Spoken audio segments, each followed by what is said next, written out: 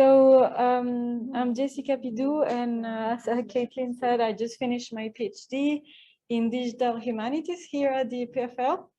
I'm a sociologist, but with a PhD in engineering. And I'm trying to, in my research, I'm trying to combine different methods and also different perspectives from sociology and from data science or engineering. So what I will present you today, it's a research I did on Tinder's algorithm, the dating app.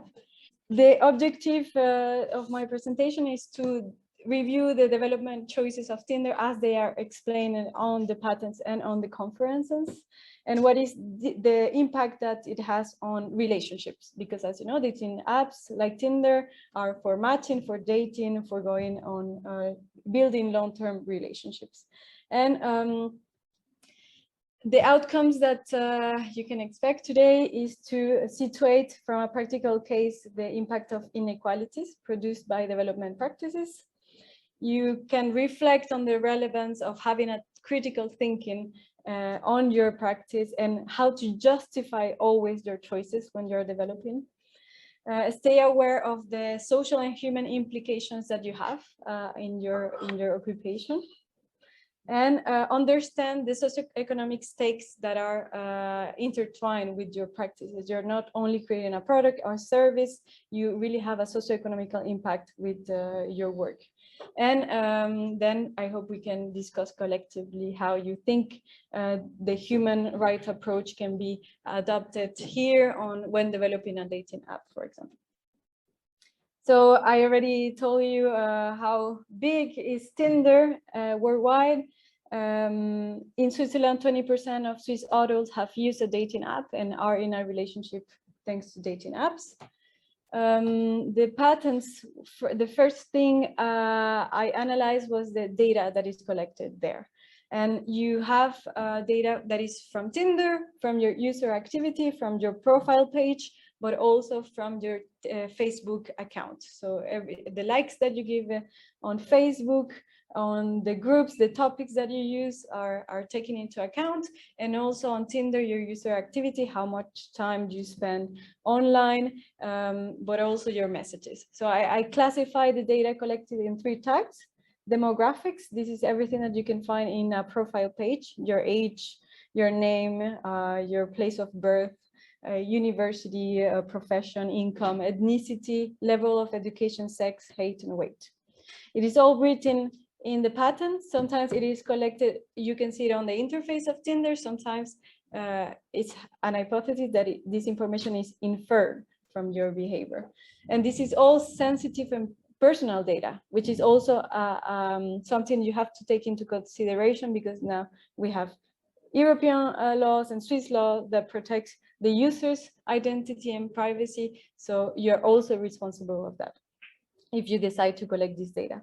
We also have linguistic data, where it's analyzed the keywords that you enter on your profile, the messages, the length of your sentences, and finally the behavioral data.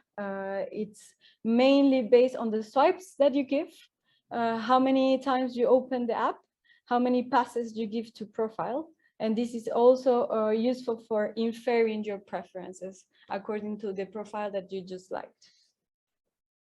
The social impact, first, from the data collection, is that you are profiling users from different sources without them necessarily knowing about it.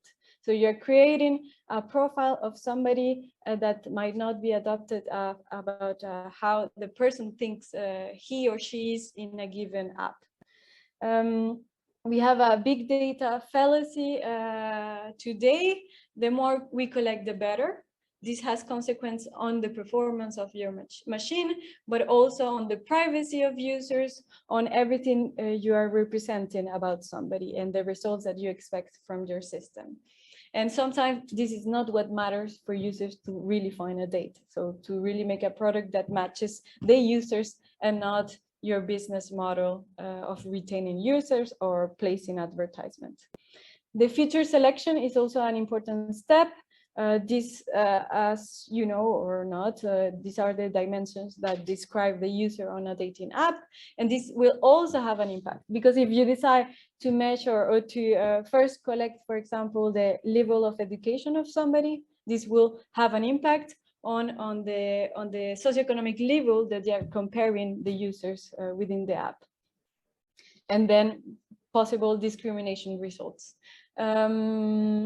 Also, it is based, usually when you select these features, it is based on what do you think is good to recommend a profile. And you have to ask yourself, is this good to recommend a profile according to what the user actually think is good? And this is here a very important link between developers, engineers, software developers, and users that sometimes we're missing because we're just in the code and fixing problems and so. And finally, an important step is also the weighting, when you weight the features that you have defined. If you give more weight to education level or income, then it means that not everybody will have the same opportunities to find somebody, because the user learns that the system learns that if you have a low level of income, then you will gonna be matched with the same low level income users and not with other social classes users. So this the weighting of features, we can see it better here, and because in the patent we can see that there are specific metrics that were constructed by them, and these are all human choices that you have to make. They define first physical attractiveness that is important to match users, the IQ, the readability, nervousness, and the similarity. And all these metrics are computed from the data that is collected that I presented before. So then we have on Tinder also a specific order to present the results on the app. It means not everybody gets the first position. It's not random. It's not only based on geolocation as we think, or based on age. The preferences that you see on the interface are really different from what is on the code. And what I saw there is that it is more important the age difference between two users, a physical attractiveness ratio, and the education level and occupation. And also what it's written in the patent is that some conditions might apply to present you somebody. If you are in a specific order, but if the system estimates that you are better with another person that is outside your preferences declared in the app, then you are going to be introduced to that other person.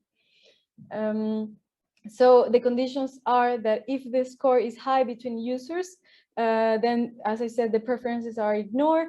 And also what is interesting is that a closer geographical proximity is shown in the app.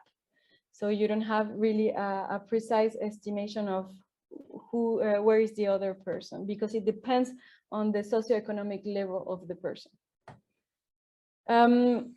The social impact, again, of these choices is that when you establish metrics like Tinder, it is based on similarity, like a lot of recommendation systems today.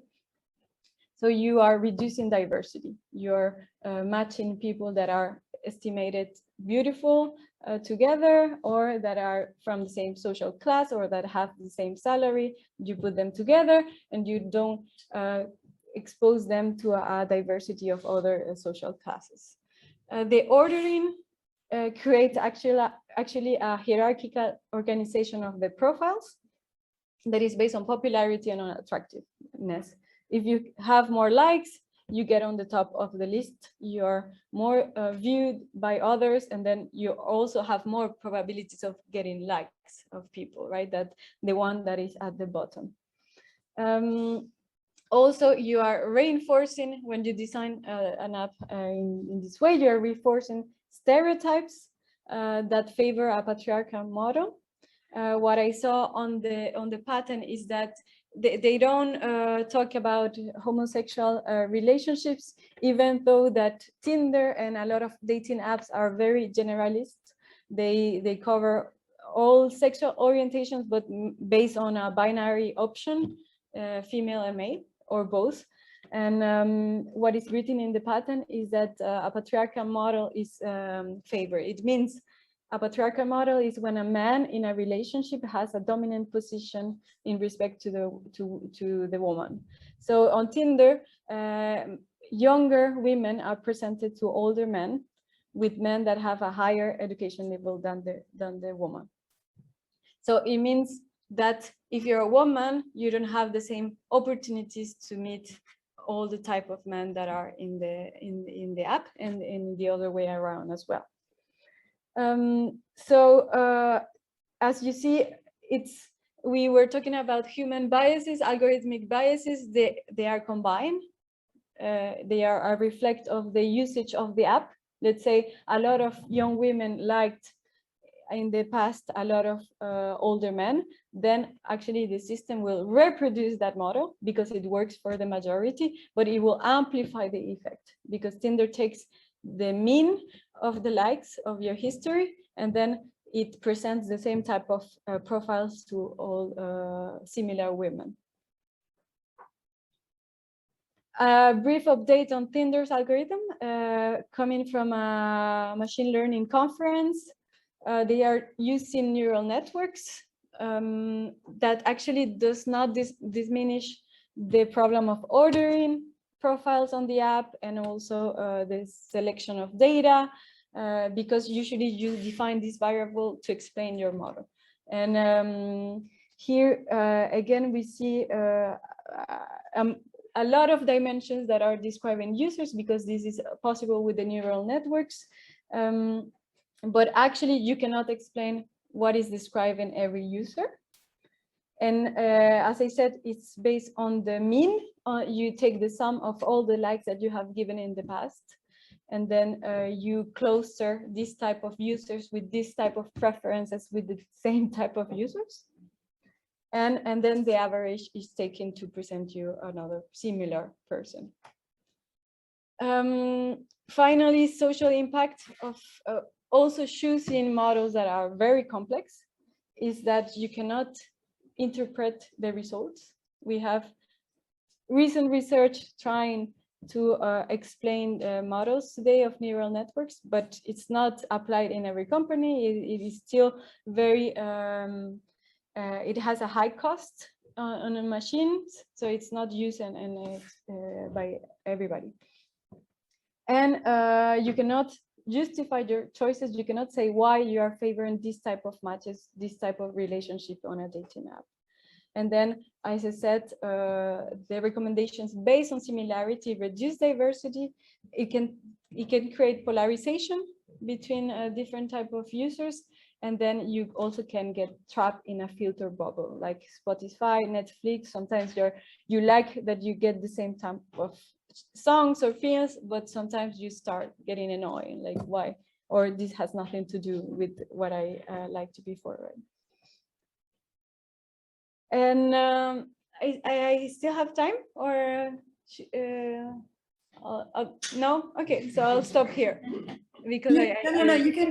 We had a break that was planned at I mean, I think just now, but if you want to finish, and I think it's important if you want to give a conclusion, or depending on how many slides you had. One, I will finish here. Yeah, that would be great. I mean, please take the 2 minutes that you need. Okay, so I conducted interviews with developers of dating apps, and one important issue is the division of labor. How do you work, with whom, in which structure? And usually a lot of development practices were like you had to develop very fast and deliver a product very quickly. You don't do tests with users, so you are further away of the reality of users, because you have the business model that is more important, the marketing strategy that is more important. And this is something you will face when you are working in a company. actually sometimes designing a system, if you do reflection and critical thinking about it, it will take time. And you have to convince in the company that why this will be useful and at the end and for better social impact in the service that you're providing. So yeah, that's it.